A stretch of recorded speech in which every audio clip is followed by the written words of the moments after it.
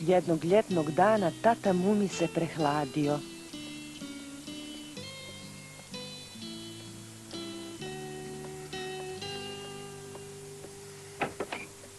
Tata, donijela sam toplog mlijeka. Kako se sad osjećaš, tata? Nisam dobro. O, bar je temperatura normalna. Sada popij ovo mlijeko sa lukom dok je vruće. Pokušat ću. Mama, puno sam razmišljao o svemu ovome. Puno sam razmišljao. Aha, a šta si razmišljao? Da ja, nisam ovdje, onda ti i Mumi ne biste znali ništa o divljim avanturama moje mladosti. O, mislila sam da tvoji memoari govore o tome. Ne, oni počinju tek od momenta kad sam tebe upoznao, mama. Prije toga samo ja znam. A zašto nisi počeo od početka? Mislila sam da se uvijek tako radi s memoarima. Ipak, hvala ti što si počeo sa mnom, tata. Hvala ti. Imao sam svoje sumnje. Moja mladost je bila prilično burna.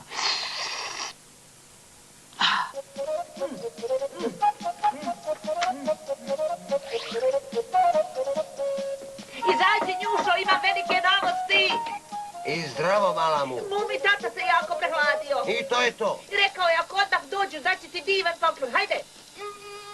Hoć. O, svire! Hej, mala mu, kako je tata Mumi? O, dobro je sad. Dobro, drago mi je da to čujem. O, jako je ljut što nisi došao da ga vidiš. Aha, da znaš. Zar?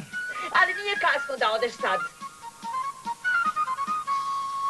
Mala Mumi je rekla da ste mi htjeli dati divan poklon. I rekla je da ste jako ljuti na mene. Rekla sam samo da ih trebaš pozvati, mala mu. Jesam, pobrinula sam se i da dođu, da znaš. Daj, znate vi tatu. U svakom slučaju, on misli da je vrijeme da vam ispriča o svojoj mladosti. Divno. Uvijek sam želio znati. Kad sam ja bio dijete, Mumi, izgledao sam isti kao ti. I čudno, imao sam prijatelje koji su izgledali kao Svire i Njušo. Pa skoro isti. Zar nisi sreo nikoga koji je izgledao kao ja? O da, najljepšu, ali bez tvojih šiški. O! Jedne olujne i zlosretne avgustovske noći stara papirna vreća ostavljena je na stepenicama ispred usamljenog sirotišta.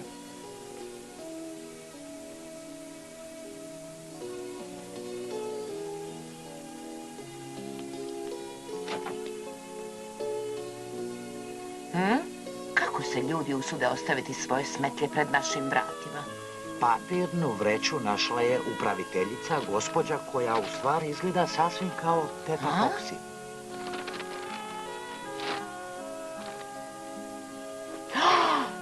Napušteno dijete. I to sam bio ja. Ti? Bio si napušten. Pa dobro, izgleda dovoljno poslušan.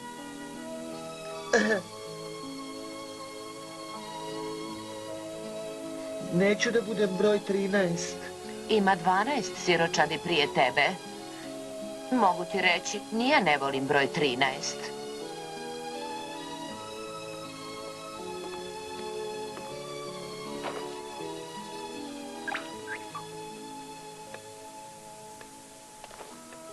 Ponovo si smočio krevet.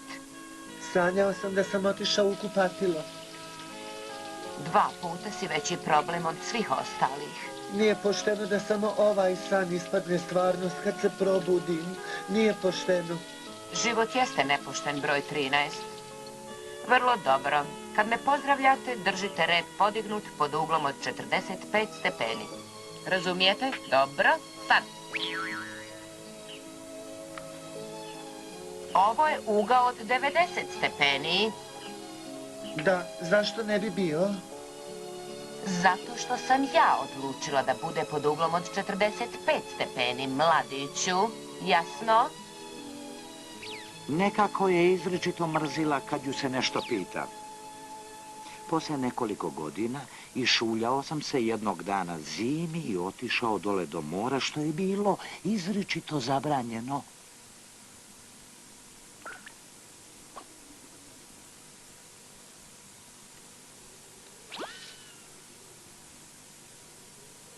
To sam ja. Moram reći da imam lijepe uši, stoje uspravno. I tako sam fino zaobljen, bez ružnih rubova ili kvrga. Moram reći da sav izgledam lijepo, iako pretpostavljam da su mi noge malo kratke za perfekciju. Ali narašće ako puno hodam i puno trčim.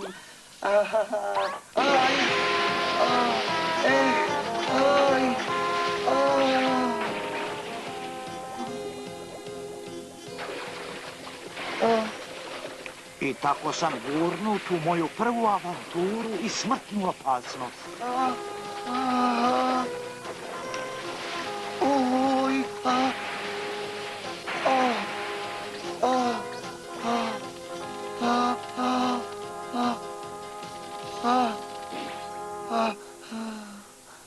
Spašen sam.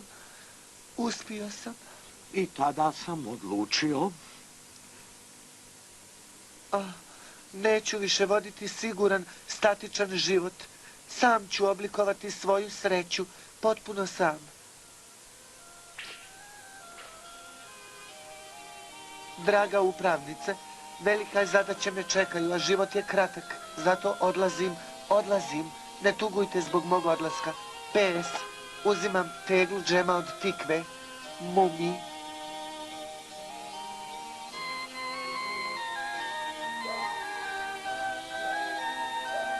Možda sam trebao otići dok je bilo sunce.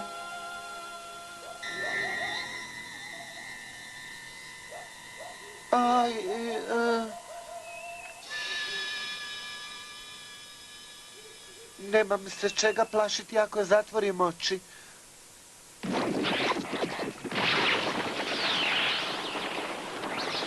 U pomoć!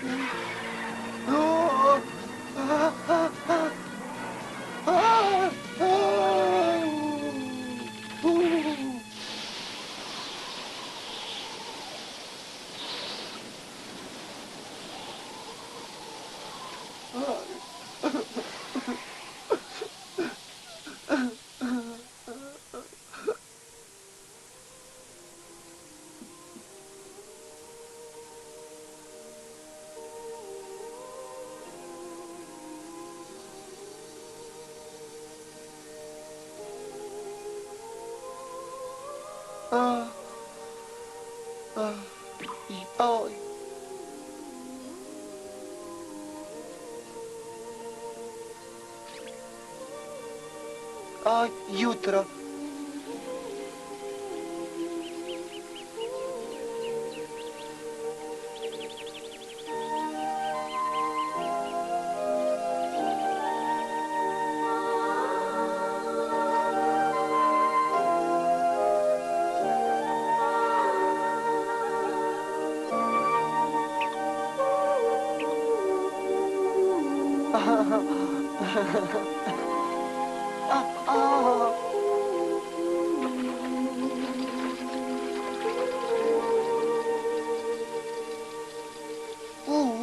Ko je napravio ovaj vodeni točak? Dobro je napravljen.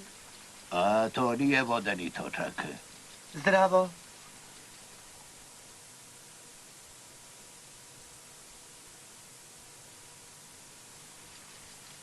Ej, to je važan eksperiment. Eksperiment? Da, kako da napravim propeler za moj brod. Brod? Imaš pravi brod? Da, tek je završen i sad ga farbaju, a onda ćemo imati svečano usporinuće. O, kako divno, divno. Da li bih volio da vidiš moj brod? Da, volio bih, gdje je? Ovuda. Moje ime je Fredrickson, a tvoje? Ja sam Mumi. Tako su me zvali dok ti nisi naišao.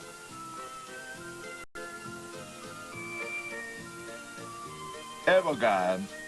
Kako je veliki. Kako mora da je divno kada izgradiš pravi brod. Da, prilično. Moraš ostati na porinuću.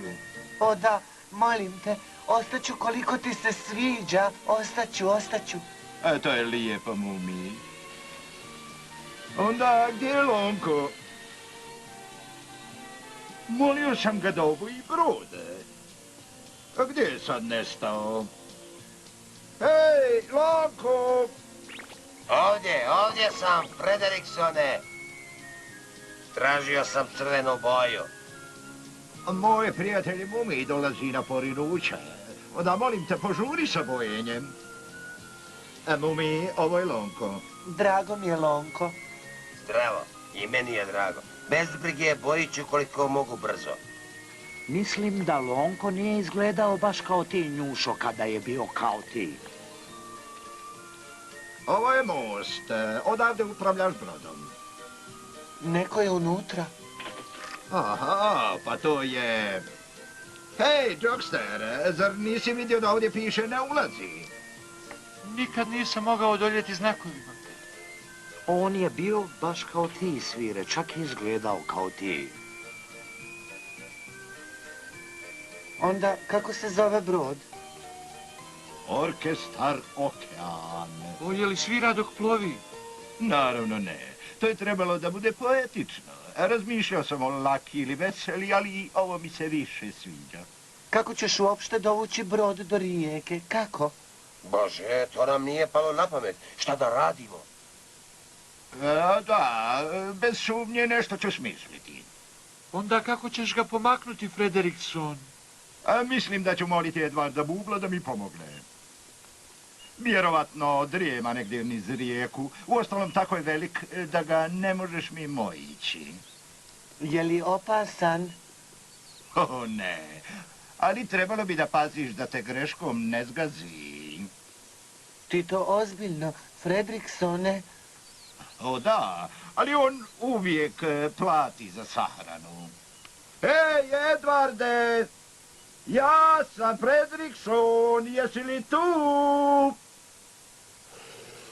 A, tu je. Ej, zamolit ću te za uslugu, slušaj, Edvarde! Zašto se danas ne kupaš u rijeci umjesto u moru? Tako je toplo, a dno lijepo, fini pjesak.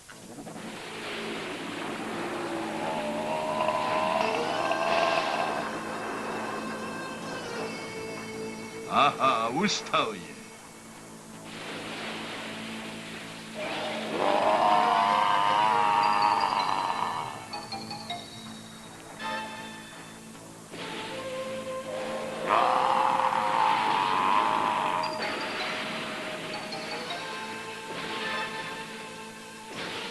Sada ćemo početi svečanost porinuća. Požuri do broda, Mumi!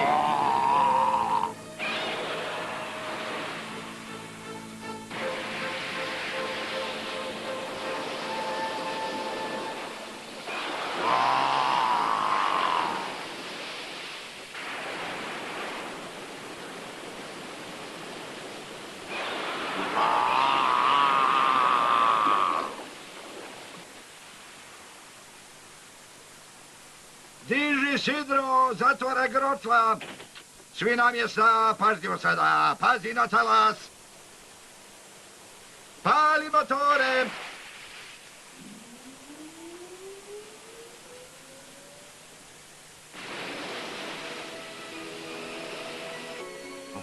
Izgleda da smo uspjeli. A vrlo uspješno porinuće, moram reći.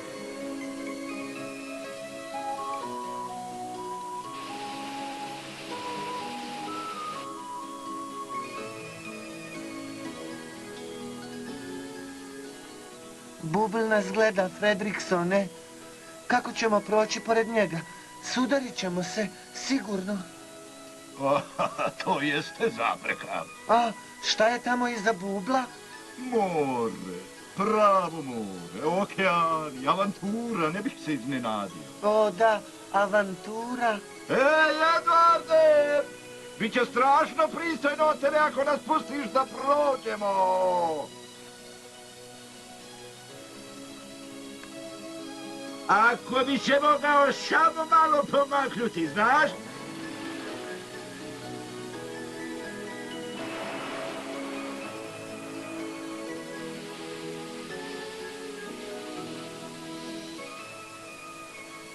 Sada nema povratka.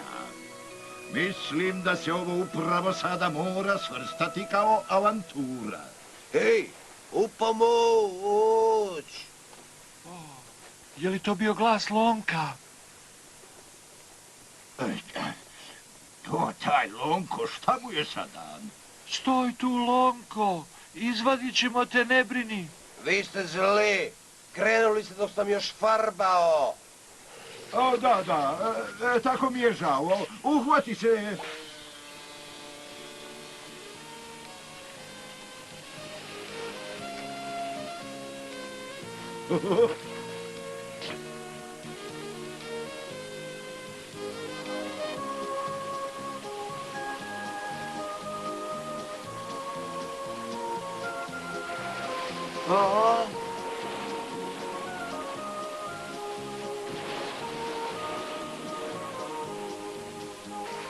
Ura, uspjeli smo proći pored Edvarda Bubla.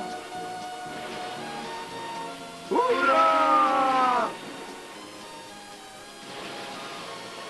Hura, hura, hura, hura, hura!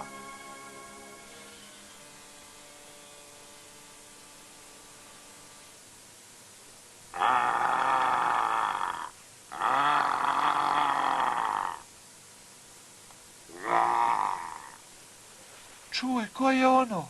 Valjda Groka. Ko je Groka? Zimsko čudovište nekoga progoni. Šta će napraviti ako ih uhvati? Šta će sada biti? A ništa, samo je usamljena. Ali ako te dohvati, zalediš se. Prekasno je da sada bilo šta napravimo. Ej, Mumi, šta radiš? Ne pitaj glupa pitanja. Idem da spasim tu osobu. Ne pokušaj to! Zaledit ćeš se ako se previše približiš. Ne mogu samo stajati i gledati. Osim toga, to je avantura. Odlazi, ne bi se nisi približio. Tako je hladno. Jako hladno. Vaš spasitelj dolazi, madam. Joj, u pomoć! U pomoć! Skočite u ovu kantu, brzo!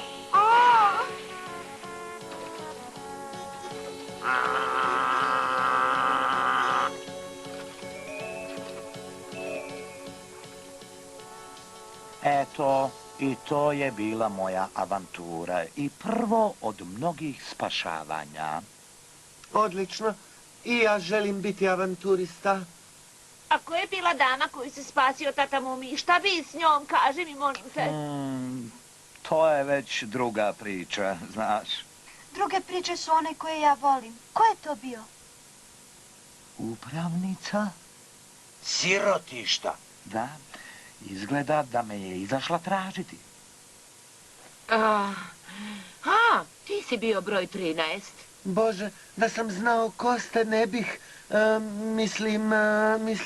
Pa dobro, šta je tu je, a bilo je i hrabro. Niko te ništa nije pitao. Ko su ovi neotesani ljudi, broj 13?